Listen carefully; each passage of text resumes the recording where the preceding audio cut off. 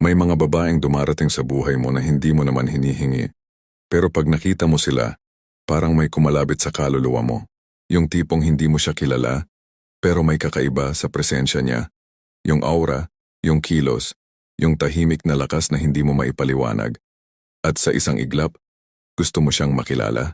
Pero ito ang tanong, paano mo aakitin ang isang babaeng ayaw mong pilitin? Paano mo siya mapapaibig nang hindi ka naghahabol? At paano ka magiging lalaki na kusang hinahanap ng puso niya?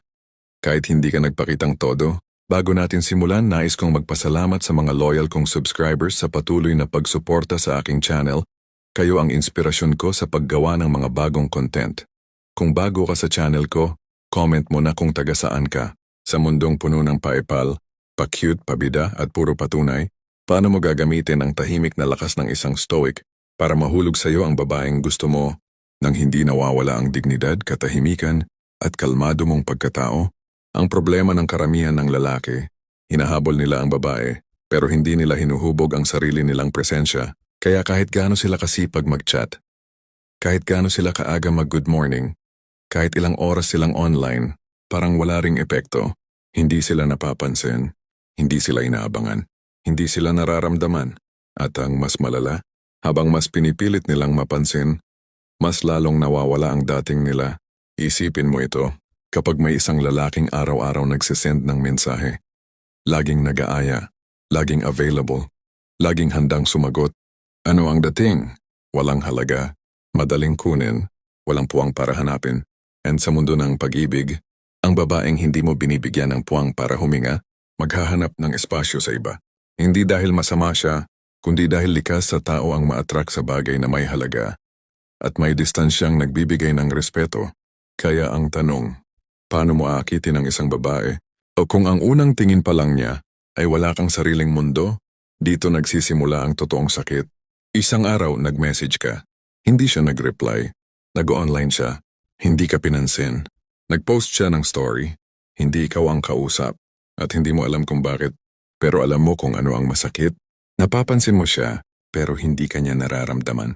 At lalo kang napapaisip, pangit ba ako? Hindi ba ako sapat? May iba na ba siyang kausap?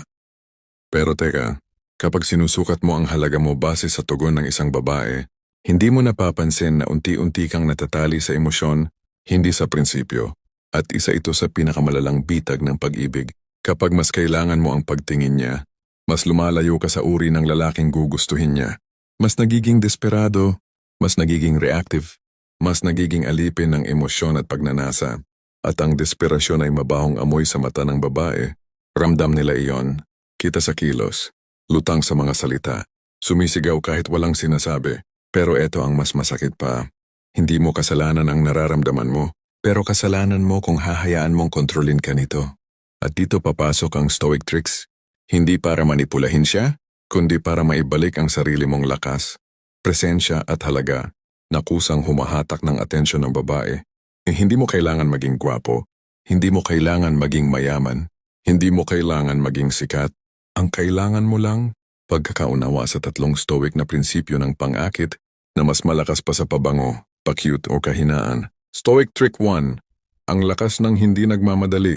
Ayon sa mga sinaunang stoic, ang isang lalaking may tunay na kapangyarihan ay hindi nagmamadali sa pagkuha ng inaasam. Bakit? Dahil alam niya ang halaga niya. Alam niya ang bilis ng mundo. Pero hindi niya hinahayaang hilahin siya ng kagustuhan. Isipin mo ito. Ang karaniwang lalaki kapag nagkagusto, parang sumasabog ang dibdib. Gigil. Wow. Atet. Laging may nais sabihin. Laging may gustong patunayan. Pero ang stoic na lalaki, tahimik, magaan, may antas ng pagbagal na parang sinasabi, kung sa akin ka darating ka, hindi ako maghahabol, hindi ako magmamakaawa, hindi ko ibibigay ang sarili ko nang hindi mo pa nakikita ang halaga ko. Bakit napakalakas nito? Dahil ang babae ay hindi naakit sa presensya na humahabol, naakit sila sa presensyang may sariling direksyon. Ang lalaking hindi nagmamadali ay lalaki na hindi takot mawalan. At ang isang lalaking hindi takot mawalan ay nagiging panganib sa puso ng babae. Dahil kakaiba ito, hindi ito karaniwan, hindi ito madalas makita. At ang hindi madalas makita ay pinahahalagahan. Paano mo ito gagawin? Una, kontrolin ang unang bugso ng emosyon. Kapag nagandahan ka sa babae, kapag na-mesmerize ka sa unang titig, kapag kinilig ka sa ngiti niya, normal yan. Pero huwag kang magpadala sa unang alon. Huminga. Umatras ng konti. Tingnan siya nang hindi ka natatangay. Ang stoic na lalaki hindi agad sumusugod kahit gusto niya. Pinapanood niya muna ang sarili niya. Bakit ko siya gusto? Pagnanasa lang ba? O talagang nagugustuhan ko siya bilang tao? Sa ganitong tanong nagsisimula ang lakas, hindi sa paghahabol. Ikalawa, magkaroon ka ng sariling bilis. Huwag kang sumabay sa bilis ng emosyon mo. Kapag gusto mo siyang i-chat, hintayin mo ng kaunti. Kapag gusto mong mag-reply agad, hinga ka muna. Kapag gusto mong magparamdam na parang may habol, magtanong ka. Magmumukha ba akong walang sariling mundo? Hindi mo siya iniiwasan. Hindi mo siya ginaghost. Pero hindi mo rin kayang ibigay ang sarili mo ng mura. Ang dami-dami mong ginagawa sa buhay. Pangarap, disiplina, katawan, trabaho, tahimik na pag-unlad. Hindi ka lalaki na pupunta sa kanya kapag bored ka. Hindi ka lalaki na magtatapon ng oras para lang mapansin. Kaya may bilis ka, may direksyon ka, may sariling mundo ka, at yan ang presensya na nakakaakit. Ikatlo, panatilihin ang aura ng kalmadong paglalakad. Simple lang ito. Huwag kang magmadali sa pagkakaroon niya. Kapag hindi ka nagmamadali, gumagawa ka ng tahimik na pader ng respeto, at yan ang nagbibigay sa babae ng kakaibang pakiramdam. Bakit hindi ko siya maramdaman? Bakit ang tahimik niya? Bakit parang hindi siya natitinag? Bakit may lakas siya na hindi ko maabot? At doon nagsisimula ang paghanga. May kwento ako, isipin mo si Elias, isang lalaking simple lang. Nagtatrabaho, may pangarap, may sariling mundo. May babaeng dumating sa buhay niya, si Mira. Maganda, matalino, may presensya. At sa unang tingin pa lang, nagiba ang tahimik niyang puso. Pero naiba si Elias. Hindi siya tulad ng ibang lalaking agad nagpaparamdam. Hindi siya atat. Hindi siya nagmamadali. Kahit gusto niya si Mira, hindi niya hinayaang kunin ng emosyon ang dignidad niya. Naglakad siya sa bilis niya. Nagparamdam siya ng may respeto. Hindi siya nagpakita ng pagnanasa na parang gutom. Hindi rin siya nagpakita ng lamig. Kung kausap niya si Mira, kalma. Kung hindi siya pinansin, hindi siya nayanig. Kung may iba itong kausap, hindi siya nataranta. At doon natigilan si Mira. Bakit parang hindi ko siya maabot? Bakit parang siya lang ang hindi nagpapadala sa akin? Bakit may lakas siya sa tahimik niyang paraan? At unti-unti, siya ang nagsimulang maghanap kay Elias. Hindi dahil sa pang-aakit, hindi dahil sa paghabol, hindi dahil sa pilit, kundi dahil sa disiplina ng hindi nagmamadali. Kung gusto mong maakit ang babaeng gusto mo, huwag mong unahin ang pagkuha sa puso niya. Unahin mo ang paghawak sa sarili mong emosyon. Lakas ang tawag doon. Hindi taktika, hindi laro, kundi disiplina. May mga lalaking hindi naman gwapo, hindi mayaman, hindi sikat. Pero may kakaiba sa kanila. Yung tipong kapag dumaan sila, mapapansin mo na parang may hinahatak na tahimik na bagyo. Hindi sila maingay, hindi sila nagpapapansin. Pero may presensya na parang sinasabi sa babae. Kung aalis ka, ayos lang. Kung mananatili ka, mas mabuti. Pero hindi ko ipagmamakaawa ang sarili ko sa kahit kanino. At dito nagsisimula ang pang-akit na hindi namamatay. Bakit? Dahil ang lalaking may tahimik na lakas ay nagiging palaisipan sa puso ng babae. Napakaraming lalaki ang nagkakamali sa ganitong paraan. Kapag nagkagusto sila sa babae, agad nilang inilalabas ang buong mundo nila. Lahat ng emosyon binubuhos. Lahat ng oras ibinibigay. Lahat ng intensyon lumalabas. At para silang naglalakad na may hawak na placard na nakasulat, "Paki Suyo, pansinin mo ako." Sa unang tingin sincere, pero sa mata ng babae kadalasan ganito ang dating. Walang sariling direksyon. Madaling makuha. Walang misteryo. At ang babaeng nawalan ng misteryong aabutin, nawawalan ng interes. Ang pag-ibig ng babae ay parang apoy. Hindi pwedeng sobrang lakas na masakal niya. Hindi rin pwedeng sobrang hina na mamatay agad. Kailangan tama ang distansya, tamang init, tamang pag-alaga. Pero karamihan ng lalaki, either sobrang lapit o sobrang layo. Walang gitna, walang disiplina. Puro emosyon, walang prinsipyo. At ang kawalan ng prinsipyo ay kawalan ng halina. Isipin mo ang eksenang ito. Nag-uumpisa pa lang kayo mag-usap. Magaan, masaya, may konting kilig. Pero sa loob mo, sobrang saya mo kaya hindi mo mapigilan. Araw-araw mo siyang kinokumusta. Halos bawat post niya may reaction ka. Kapag hindi siya nagre-reply, kinakabahan ka. Kapag may ibang lalaking nag-comment, sumasakit dibdib mo. At habang ikaw ay nadadala ng emosyon, Siya naman ay unti-unting humihina ang interes. Bakit? Dahil nakikita niya ang totoo. Mas kailangan mo siya kaysa kailangan ka niya. At ang lumalapit ng mas mabilis, madalas siyang una rin naiiwan. Kaya ka napapagod, kaya ka nasasaktan, kaya ka hindi pinapansin, kaya ka hindi binabalik ng parehong atensyon. Hindi dahil hindi ka mabuting tao, kundi dahil hindi mo pa natututunan ang ikalawang lihim ng Stoic na pangakit. Ang kapangyarihan ng lalaking hindi agad nagbubukas ng sarili. Hindi ibig sabihin suplado ka, hindi ibig sabihin hindi ka interesado. Hindi ito laro. Ito ay pagpili kung sino ang may karapatang makakita ng loob mo, at ang babaeng hindi agad nakikita ang loob mo ay nagkaka-interes na mas lalo kang tuklasin. Ngayon, ibibigay ko sa iyo ang Stoic Trick Number 2, ang teknik na nagpapalalim sa dating mo, nagpapataas ng halaga mo, at nagbibigay ng misteryo na hinahanap ng babae. Stoic Trick 2, ang lakas ng tahimik na misteryo. Sa Stoic philosophy, ang tunay na lakas ng isang lalaki ay hindi nakikita sa dami ng kanyang sinasabi, kundi sa dami ng hindi niya kailangang ipaliwanag bakit napakalakas nito sa pangakit. Simple. Kung hindi ka agad nagbubukas, nagbibigay ka ng puwang para magtanong ang babae, at nagtatanong ang babae kapag may hindi niya maintindihan, may hindi niya mabasa, may hindi niya makuha, may hindi mo sinasabi pero ramdam niya. Ang misteryo ay hindi drama, hindi pagtatago, hindi pagpapahirap. Ito ay pagpili kung anong bahagi mo ang dahan-dahang ilalabas para mas lalo kang maging mahalaga sa mata niya. Hindi mo agad ibubuhos ang buong buhay mo kapag nag-uusap pa lang kayo. Hindi mo agad ikukwento ang sugat mo, ang nakaraan mo, ang pangarap mo. Hindi mo agad binibigay ang kahinaan mo dahil kapag madaling kunin ang kwento mo, madaling bitawan ang pagkatao mo. Paano mo ito gagawin? Una, ipakita ang halaga mo pero huwag mong ikwento agad. Maraming lalaki ang ganito.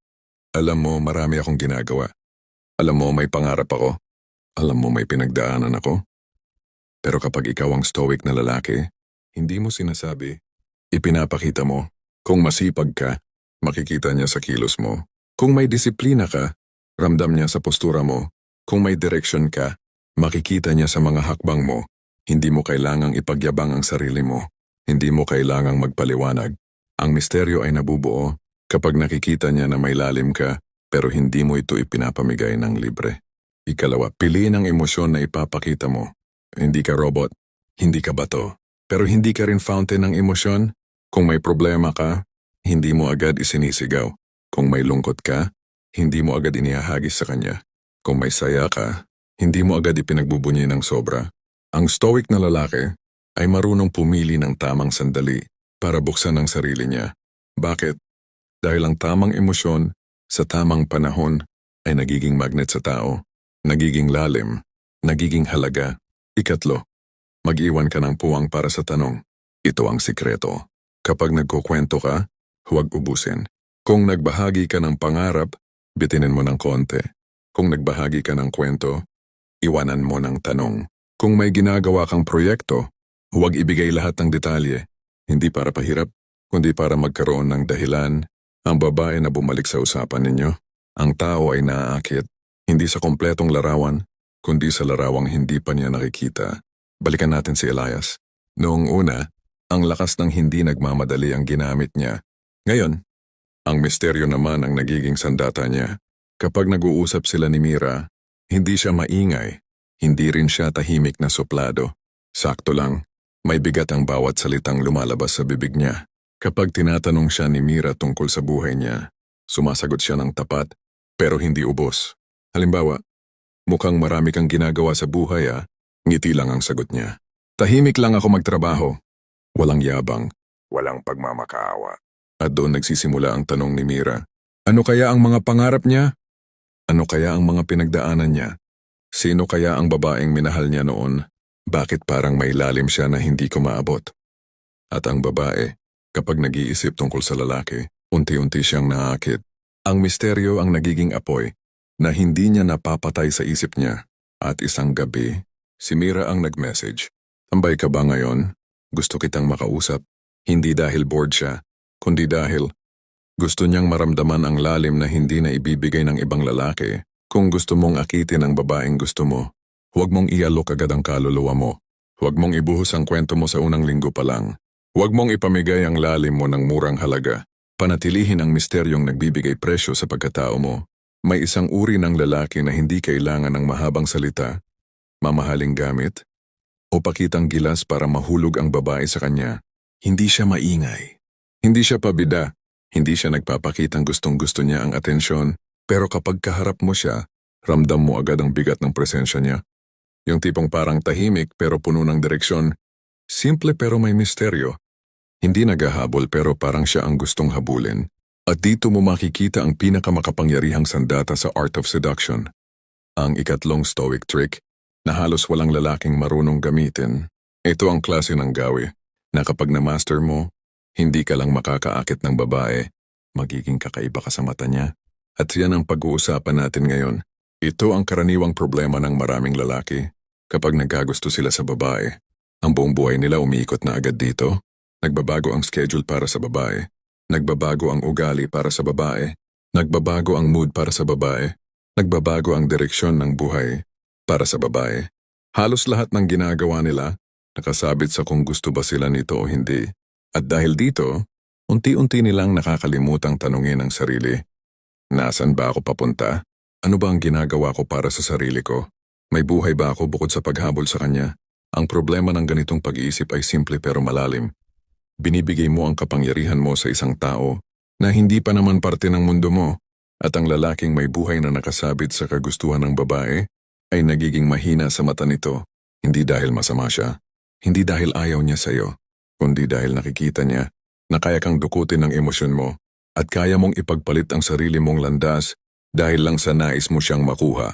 At walang babae ang gustong maging sentro ng buhay ng lalaking walang direksyon. Gusto nila ng lalaking may sarili ng mundo at handa silang imbitahin dito, hindi lalaki na inaasam na mabuhay lang dahil sa kanila. Isipin mo ang eksenang ito. Gusto mo ang isang babae, maganda siya, masayahin, kakit-akit, at ramdam mo na may gusto ka sa kanya, pero dahil sobrang gusto mo siya, sinimulan mong ibigay ang lahat. Tuwing magtatanong siya, mabilis kang sumasagot. Tuwing kailangan niya ng kausap, ikaw agad. Tuwing malungkot siya, ikaw ang sandalan. Tuwing may problema siya, ikaw ang solusyon. At sa bawat araw na lumilipas, unti-unti mong nakikita na hindi na ikaw ang nagdedesisyon sa buhay mo. Siya na, hindi ka na natutulog sa oras. Hindi mo na tinutuloy ang disiplina mo. Hindi mo na ginagawa ang mga plano mo. Hindi mo na inaalagaan ang sarili mo. At ito ang pinakamasakit. Habang mas binibigay mo ang sarili mo, mas bumababa ang tingin niya sa'yo. Hindi niya sinasadya, pero ramdam niya na lalaki itong kayang mawala ang sarili niya. Dahil lang sa gusto niya ako, at sa ilalim ng mga ngiti, sa ilalim ng mga tawanan, sa ilalim ng mga ingat ka ha, may tanong siyang hindi niya sinasabi pero naririnig ng mundo. Kung kaya niyang bitawan ang sarili niya para sa akin, paano niya ako pangangalagaan kung ako naman ang mahulog? At doon nawawala ang pang-akit, doon lumalamig ang interes, doon ka nagiging option hindi priority. At bakit nangyayari ito? Dahil hindi mo pa natututunan ang huling lihim. Ang lakas ng lalaking may direksyon. Ngayon ibibigay ko sa iyo ang ikatlo at pinakamakapangyarihang stoic trick sa Art of Seduction. Ito ang sandata na hindi mo kailangang ipakita pero nararamdaman niya. Hindi mo kailangang ipaliwanag pero naiintindihan niya. Hindi mo kailangang ipilit pero kusa niyang hinahangaan. Stoic Trick 3. Ang lakas ng lalaking may sariling landas. Ang pinakamalakas na anyo ng pang-akit ay hindi galing sa salita, sa katawan o sa pangako. Nanggagaling ito sa misyon. Ang lalaking may napiling landas, may direksyon, may pangarap, may oras para sa sarili, may disiplina, may pinaninindigan, ay nagiging haligi. At ang babaeng nakakakita ng haligi ay nagiging komportable, humahanga at naaakit. Hindi dahil pinipilit mo siyang akitin, kundi dahil nakikita niyang hindi mo hinahayaan ang mundo na diktahan ang kilos mo. Ayon sa Stoic philosophy, ang tunay na lalaki ay hindi sumusunod sa ingay ng pagnanasa, kundi sa tawag ng layunin, at dito nagiging pambihira ang pangakit niya. Ngayon, paano mo ito gagawin? Una, gumawa ka ng malinaw na direksyon sa buhay. Ano ang pangarap mo? Ano ang hinahabol mo? Ano ang gusto mong maabot? Anong disiplina ang dapat mong buuin? Kung wala kang direksyon, kahit sinong babae ay makakaramdam nito. At kung may direksyon ka, kahit hindi mo sabihin, ramdam niya rin ito. Ang direksyon ay hindi salita, enerhiya ito. Ikalawa, I-priority mo ang buhay mo bago ang babae. Hindi ito pagiging manhid. Hindi ito pagiging malamig. Hindi ito pagwawalang bahala. Ito ay tama lang. Kung may trabaho ka, unahin mo. Kung may pag-aaral ka, tapusin mo. Kung may disiplina ka sa katawan, panatilihin mo. Kung may misyon ka sa buhay, ilaban mo. Ang babaeng nakikita na inuna mo ang sarili mong landas ay mas nagkakaroon ng respeto sa'yo. Bakit? Dahil hindi mo siya ginagawang sentro ng buhay mo. Ginagawa mo siyang bahagi ng buhay mo. At yan ang pinakanakakaakit na posisyon para sa babae.